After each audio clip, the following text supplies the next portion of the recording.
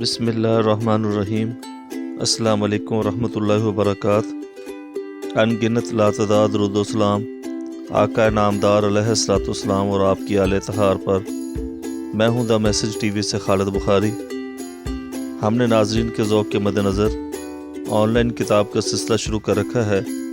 اسی سلسلے کو آگے بڑھاتے ہوئے ایک نئی ویڈیو ثواب کی گٹھریاں، میں کون ہوں، رخ حاجی صاحب اور بیت کے نام سے۔ امید کرتا ہوں کہ آج کی کاوش آپ کو پسند آئے گی۔ ان تمام ناظرین سے گزارش ہے کہ جنہوں نے ابھی تک ہمارے چینل کو سبسکرائب نہیں کیا، برائے مہربانی وہ چینل کو سبسکرائب کر لیں، ساتھ میں بیل آئیکن دبا لیں تاکہ ہر آنے والی لیٹسٹ ویڈیو ان کو بر وقت مل سکے۔ ویڈیو کو لائک کیجیے گا، شیئر کیجیے گا اور کمنٹس باکس میں اپنے کمنٹس لازمی دیجیے گا۔ چلتے ہیں ویڈیو کی جانب۔ باہر وہ ہر موڑ پر بیٹھا ہے، حرم کے ہر دروازے پر بیٹھا ہے، ہر جانے والے کی طرف وہ امید اور منت بری نگاہوں سے اپیل کرتا ہے، مجھے ساتھ لے چلو۔ لیکن وہ سب حج کے ثواب کی گٹھریاں اٹھائے یوں جا رہے ہیں جیسے لوٹ کا مال کا حصہ سمیٹ کر لیے جا رہے ہوں۔ وہ اس کی طرف متوجہ نہیں ہوتے، پھر بھی وہ اپنے بندوں سے مایوس نہیں ہوتا۔ وہ ان سے کبھی مایوس نہیں ہوا، لیکن اس کی طرف دیکھا ہی نہیں جاتا۔ وہ اکیلا رہ جائے گا، تنہا کوئی اس سے ساتھ نہیں لے جائے گا، اور پھر تازہ ظاہرین آ کر پھر سے اسے اس پتھر کے کوٹے میں مقید کر دیں گے۔ ڈاکٹر ہنسنے لگی۔ مفتی صاحب، آپ کا ذہن تو خراب نہیں ہو گیا؟ آپ کا نہیں ہوا کیا؟ میں نے غصے میں کہا۔ نہیں ہوا تو اتنی دور چل کر آنے کا فائدہ؟ یہاں کون ہے جس کا ذہن خراب نہیں ہوا؟ سب ٹھیک ہو جائے گا، سب ٹھیک ہو جائے گا۔ قدرت اللہ شہاب اپنی تکلیف بھول کر اٹھ بیٹھے۔ ان کی آنکھوں میں ایک عجیب سی چمک تھی، جیسے دکھی دوسرے کو دکھ میں مبتلا دیکھ کر انجانے میں ہمدردی بڑی خوشی محسوس کرتا ہے۔ سب ٹھیک ہو جائے گا، وہ بولے۔ میں نے کہا، میں ٹھیک ہونا نہیں چاہتا۔ ڈاکٹر عفت بولی، یہ بیماری ہی ایسی ہے جس کے تحت مریض سے حجاب ہونا ہی نہیں چاہتا۔ قدرت اللہ شہاب نے کہکا مارا۔ ان کی آنکھ کی چمک کچھ اور بڑھ گئی۔ وہ بولے، آج شام کو جب ہم مدینہ شریف پہنچیں گے تو میں مدینہ منورہ جانا نہیں چاہتا، میں چلایا۔ ڈاکٹر اور قدرت اللہ شہاب حیرت سے میری طرف دیکھنے لگے۔ میں یہی رہنا چاہتا ہوں، میں خانہ خدا کو چھوڑ کر جانا نہیں چاہتا۔ آپ چلیں تو صحیح، قدرت اللہ شہاب بولے، وہاں سب ٹھیک ہو جائے گا۔ میں نہیں چاہتا کہ سب ٹھیک ہو جائے، میں چلا کر بولا۔ میں نہیں چاہتا کہ کچھ بھی ٹھیک ہو۔ ان کی نگاہوں کو محسوس کر کے مجھ پر مزید گھبراہٹ طاری ہو گئی۔ نہیں، میں چلایا۔ دراصل آپ کو یاد ہوگا، عفت نے میری بات کاٹ کر کہا کہ مکہ معظمہ آتے ہوئے کار میں آپ نے کہا تھا، مجھے مکہ معظمہ سے کوئی دلچسپی نہیں، مجھے اللہ تعالیٰ سے کیا لینا دینا، میں انہیں نہیں جانتا، مجھے تو مدینہ منورہ کی لگن ہے۔ یاد ہے نا آپ کو؟ میں نے جواب دیا، ہاں یاد ہے۔ پہلے آپ اس بات کا فیصلہ کریں کہ آپ کون ہیں۔ میں کون ہوں؟ آپ وہ ہیں جنہوں نے کہا تھا کہ میں اللہ کو نہیں جانتا، مجھے تو مدینہ منورہ ہی کی لگن ہے، یا آپ یہ ہیں جو اب کہہ رہے ہیں کہ میں مدینہ منورہ جانا نہیں چاہتا؟ اس وقت میرا جی چاہ رہا تھا کہ مکہ معظمہ اور مدینہ منورہ دونوں کو چھوڑ کر صحرا میں چلا جاؤں اور وہاں جا کر دیوانہ وار نعرے لگاؤں، میں کون ہوں، میں کون ہوں۔ تذکرہ غوثیہ میں لکھا ہے کہ ایک وہمی آدمی نے پہچان کے لیے اپنے گلے میں ایک سرخ تختی لٹکائی تاکہ لوگوں میں گم نہ ہو جائے۔ کسی مسخرے کو اس کی خبت کا علم ہو گیا، اس نے بوقت خواب وہ تختی اس کے گلے سے نکال کر اپنے گلے میں ڈال لی۔ جب وہ نیند سے بیدار ہوا تو دیکھا کہ علامت دوسرے کے گلے میں پڑی ہے۔ اس نے کہا، میاں اگر تو میں ہے تو پھر میں کون ہوں؟ میں تو ہوں، یا تو میں ہے، یا تو ہے اور میں ہوں۔ بتا میں کون ہوں؟ اسلام آباد سے راولپنڈی آتے ہوئے وہ کون بزرگ آپ کو ملے تھے جنہوں نے آپ سے کہا تھا کہ اگر اللہ کے رسول صلی اللہ علیہ وآلہ وسلم آپ کو یہ کہتے ہوئے سن لیں کہ میں اللہ کو نہیں جانتا تو انہیں اس بات پر کتنا دکھ ہوگا؟ میں نے جواب دیا، مجھے نہیں پتا وہ کون بزرگ تھے۔ شاید اس بزرگ نے آپ کا رخ بدل دیا ہو، آپ کی توجہ مدینہ منورہ سے ہٹا کر مکہ معظمہ کی طرف کر دی گئی ہو۔ کیا واقعی؟ میں سوچ میں پڑ گیا۔ کیا یہ اللہ والے اس قدر پر اثر لوگ ہیں کہ وہ ایک نگاہ سے دوسرے کا رخ بدلنے پر قادر ہیں؟ رخ کیا ہے؟ رخ وہ پھول ہے جو شخصیت کے پودے کا ماحصل ہے۔ تنا، ٹہنیاں، پتے سب باہمی جدوجہد سے ایک پھول پیدا کرتے ہیں۔ اسی طرح تعلیم، خیالات اور جذبات سب مل کر ایک رخ پیدا کرتے ہیں۔ سالہ سال کی جدوجہد اور محنت کے بعد شخصیت کو ایک پھول لگتا ہے، ایک رخ حاصل ہوتا ہے۔ کیا یہ بابا لوگ اتنے فعال ہیں، اتنے بڑے جادوگر ہیں کہ وہ ایک راگی پر نگاہ ڈال کر اس کا رخ بدل سکتے ہیں؟ کیا میرا رخ میرا نہیں رہا؟ کیا میرا رخ میرا رخ نہیں؟ کیا مجھے اتنا اختیار نہیں کہ اپنا ایک رخ خود واضح کروں اور اس پر قائم رہوں؟ پھر مجھے وہ دن یاد آ گیا جب میں دلی کی جامع مسجد میں حاجی صاحب کے ہاتھوں میں ہاتھ دیے بیٹھا تھا۔ یہ اس زمانے کی بات ہے جب برٹرینڈ، جولین، بکسلے اور ہالڈین مجھے انگلی لگائے پھرتے تھے، جب میرا متمع نظر صرف اور صرف سائنٹیفک ایٹیٹیوڈ کا اصول تھا، جب میرے لیے اصول علم کی بنیاد شک تھا، جب میرے نزدیک کسی قسم کی کوئی حقیقت نہیں تھی اور بغیر حقیقت تک میں پہنچنا اس کا ممکن ہی نہیں تھا۔ ان دنوں مجھے بے راروی کی طرف بھٹکنے سے بچانے کے لیے میری ماں نے مجھ سے کہا تھا، بیٹا تو میرے کہنے میں نہیں تو ہمیشہ اپنی کرتا ہے، میری ایک آخری بات مان لے، صرف ایک بات، آخری بات، پھر میں تجھے کچھ نہیں کہوں گی، تو دلی جا اور حاجی صاحب کی بیعت کر لے۔ حاجی اماں کے پیر و مرشد تھے، وہ بہت اچھے انسان تھے، بزرگ تھے یا نہیں، اور تھے تو ان کا مرتبہ کیا تھا یہ مجھے علم نہیں تھا۔ ان دنوں میں اللہ کے بندوں سے واقف ہی نہ تھا، مجھے ان کے وجود کا احساس ہی نہ تھا۔ جب وجود ہی نہ ہو تو مرتبہ کیسا؟ رہی بیعت تو بیعت کے مفہوم سے تو میں آج تک واقف ہی نہیں۔ میں نے یہ لفظ کتابوں میں کئی جگہ پڑھا ہے لیکن اس مفہوم سے واقف نہیں ہو سکا۔ حاجی صاحب مجھے جامع مسجد میں لے گئے، وضو کرایا، پھر ایک کونے میں بٹھا کر میرے ہاتھ میں اپنے ہاتھوں میں پکڑ لیے اور کچھ پڑھنے لگے۔ پھر وہ مجھ سے مخاطب ہوئے، بولے، آپ اپنا آپ میرے حوالے کر دینے کا جذبہ پیدا کریں۔ میں نے اپنے ہاتھ چھڑا لیے اور کہا، حاجی صاحب یہ فرمائیے کہ بیعت کا مطلب کیا ہے؟ اپنا آپ حوالے کر دینا، سپرد کر دینا، حوالگی اور سپردگی کا جذبہ پیدا کرنا۔ انہوں نے جواب دیا، حاجی صاحب سپردگی کا جذبہ پیدا نہیں کیا جا سکتا، وہ پیدا ہو جاتا ہے از خود۔ اللہ کے ایسے بندے بھی ہیں جو دوسرے میں یہ جذبہ پیدار کر سکتے ہیں۔ وہ مسکرائے، یہ ظلم ہے۔ میں نے کہا، مجھے زبردستی نیک نہ بنائیے، زبردستی مسلمان نہ بنائیے، مجھے موقع دیجیے کہ میں اپنی زندگی خود بناؤں، اپنا راستہ خود تلاش کروں، اپنا رخ خود وضع کروں اور پھر اس پر قائم رہوں۔ مجھے مانگے کے زیور پہننے سے کوئی دلچسپی نہیں۔ حاجی صاحب مسکراتے ہوئے اٹھ بیٹھے۔ آپ کا مرشد عظیم تر ہے، وہ بولے، میری اس کے روبرو کوئی حیثیت نہیں، انشاءاللہ آپ ضرور پہنچ کر رہیں گے، صرف وقت حائل ہے۔ سبحان اللہ کہتے ہوئے وہ جامع مسجد سے باہر نکل آئے۔ اس روز مکہ معظمہ کے ہوٹل فندق الکاکی میں بیٹھے ہوئے میں نے محسوس کیا جیسے میں ہنوز اسی مقام پر بیٹھا تھا جس پر 43 سال پہلے بیٹھا تھا، جب میں دلی کی جامع مسجد میں حاجی صاحب کے ہاتھوں میں ہاتھ دیے بیٹھا تھا۔ چھوڑیے مفتی صاحب، ڈاکٹر عفت نے کہا، آپ کیا خواہ مخواہ کا جھگڑا لیے بیٹھے ہیں؟ پھر وہ قدرت اللہ سے مخاطب ہوئیں۔ سمجھ میں نہیں آتا، وہ بولی، کہ جب آپ یہاں آئے ہیں آپ کے راستے میں اتنی رکاوٹیں کیوں حائل ہوتی جا رہی ہیں؟ چلیے اٹھیے، حرم شریف چل کر طواف وداع کیجیے۔ مفتی صاحب کی باتیں نہ سنیے، مفتی صاحب خود آپ کے راستے کی رکاوٹ ہیں۔ قدرت اللہ شہاب اٹھ بیٹھے اور مسکرا کر بولے، ہاں جبھی یہ مجھے عزیز ہے۔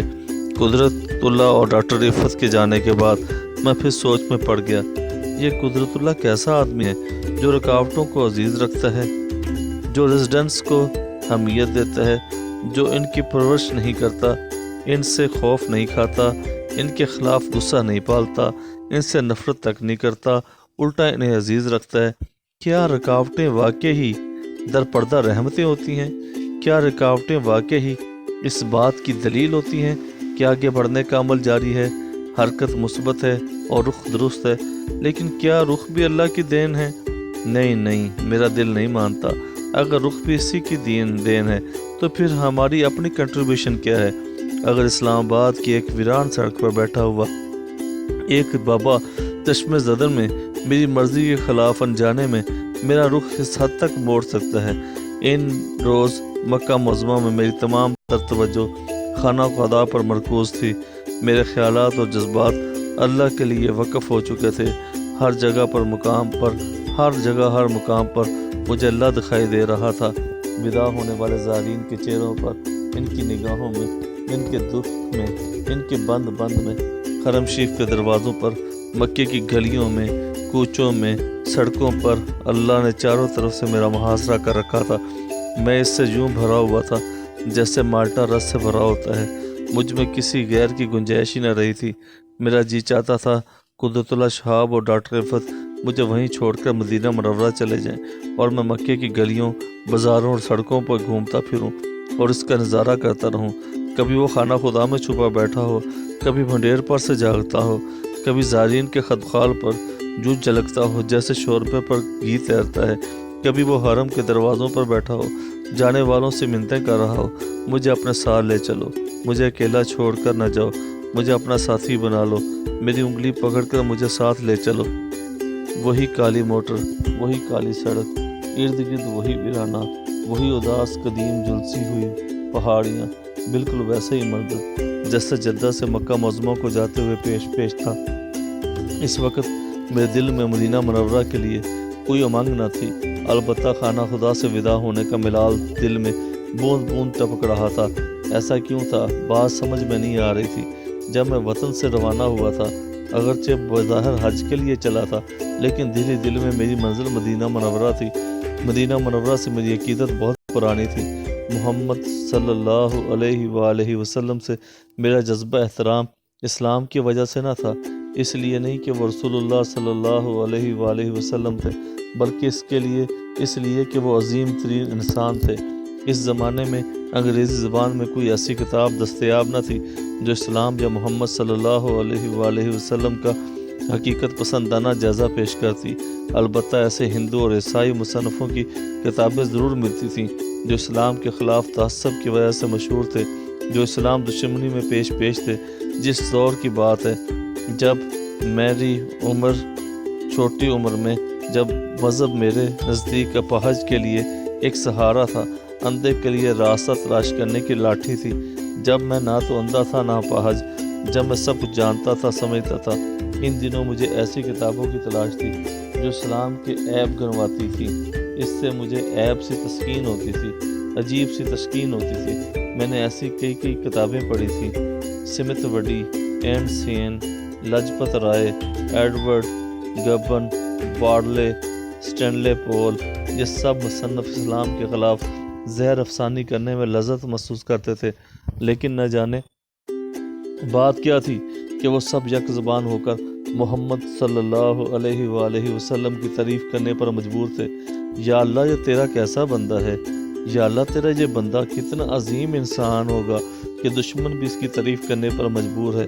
کوئی کہتا ہے انہوں نے کبھی جھوٹ نہ بولا تھا، کوئی کہتا ہے انہوں نے صلی اللہ علیہ وآلہ وسلم کے قول اور فعل میں تضاد نہ تھا، کوئی کہتا ہے کہ انہوں نے صلی اللہ علیہ وآلہ وسلم سب امتیازات مٹا دیے، کوئی کہتا ہے کہ وہ صلی اللہ علیہ وآلہ وسلم کا گھر کا کام اپنے ہاتھ سے کرتے تھے، جھاڑو دیتے، دودھ دھوتے، کپڑوں میں پابند لگاتے، چولہے میں آگ جلاتے، لیکن کئی دن ایسے بھی آتے جب اس عظیم انسان صلی اللہ علیہ وآلہ وسلم کے گھر چولہے میں آگ نہیں جلتی تھی۔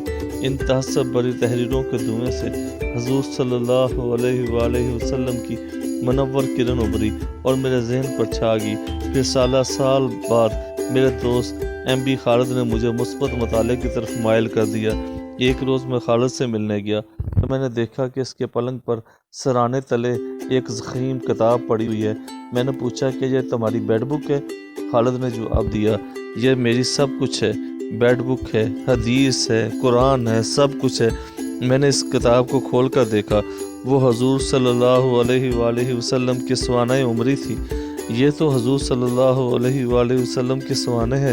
میں نے کہا، یہ وہ کتاب ہے؟ خالد نے کہا، جس نے مجھے پھر سے مسلمان بنایا۔ خالد بچپن سے ہی مذہب کا دیوانہ تھا، بچپن سے ہی اسلام اس کا اوڑھنا بچھونا تھا۔ پھر اسے ایک رہبر مل گئے، یہ رہبر و صوم و صلات کے پابند تھے، ان میں ہر وہ خوبی موجود تھی جو ایک صالح مسلمان میں ہونی چاہیے تھی۔ ان کے زیر اثر خالد کے جذبہ اسلام میں مزید رنگ پیدا ہوئے۔ انوان شباب میں اس نے داڑھی رکھ لی، صوم و صلات کی پابندی کے علاوہ اس نے اسلام کی تبلیغ کرنی شروع کر دی۔ پھر ایک روز نہ جانے کسی ضرورت کے تحت دروازہ کھٹکھٹائے بغیر اپنے صالح رہبر کے کمرے میں جا داخل ہوا۔ وہاں اس نے اپنے رہبر کو ایسے عالم مصروفیت میں پایا کہ اس کا ذہن کا فیوز اڑ گیا۔ خالد نے داڑھی منڈوا دی، صوم و صلات چھوڑ دی، اسلام کے نام سے بیزار ہو گیا۔ سالہ سال خالد کی دنیا اجڑی رہی۔ پھر نہ جانے کس نے اس کا ہاتھ میں وہ کتاب تھما دی۔ اس نے حضور صلی اللہ علیہ وآلہ وسلم کی سیرت کو پڑھا۔ اس کی اجڑی ہوئی دنیا کے تنکے پھر سے یکجا ہو گئے۔ اسلام جو اس کی نگاہ میں ریزہ ریزہ ہو چکا تھا پھر سے استوار ہو گیا۔ خالد پھر سے مسلمان ہو گیا۔ حضور صلی اللہ علیہ وآلہ وسلم کی سیرت پڑھ کر میں مسلمان تو نہ ہوا، لیکن حضور صلی اللہ علیہ وآلہ وسلم کے لیے محبت اور احترام کی مشعل میرے دل میں ضرور روشن ہو گئی۔ نوجوانی میں ہی میرے دل میں یہ آرزو تھی کہ اس عظیم انسان کو جا کر سلام کروں، جس کی عظمت کو سبھی تسلیم کرتے ہیں، جس کی انسانیت کے سبھی گن گاتے تھے، اپنے بیگانے دوست دشمن سبھی، جس ماحول میں میں نے پرورش پائی تھی، اس میں محمد صلی اللہ علیہ وآلہ وسلم کی محبت اور عقیدت یوں رچی بچی تھی جیسے گندے ہوئے آٹے میں پانی۔ محمد صلی اللہ علیہ وآلہ وسلم کا نام آتا تو لوگ انگلیاں چوم کر آنکھوں پر لگاتے، محمد صلی اللہ علیہ وآلہ وسلم کا تذکرہ ہوتا تو آنکھیں بھر آتی، دل دھڑکتے۔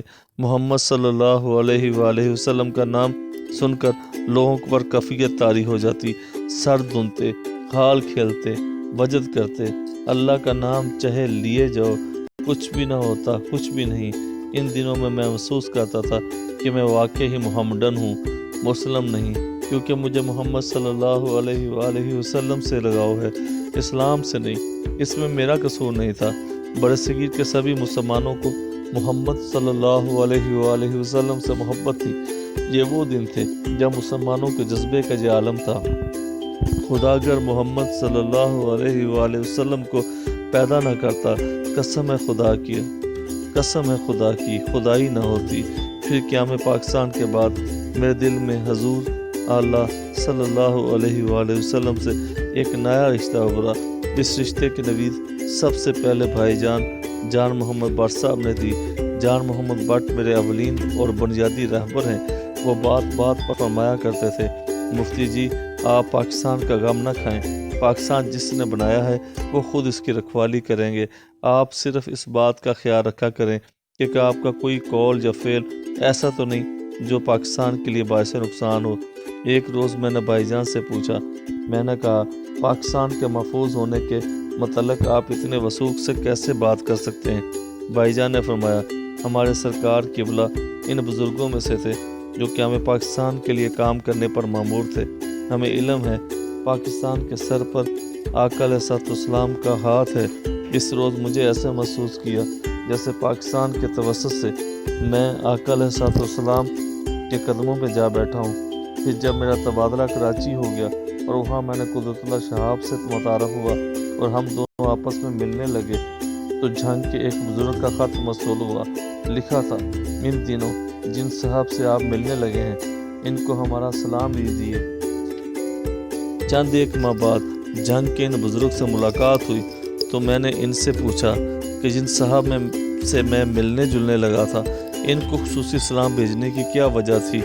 انہوں نے فرمایا، وہ صاحب آقا علیہ السلام کے ادنا غلام ہیں، اس لیے ادنا غلام۔ بات میری سمجھ میں نہ آئی۔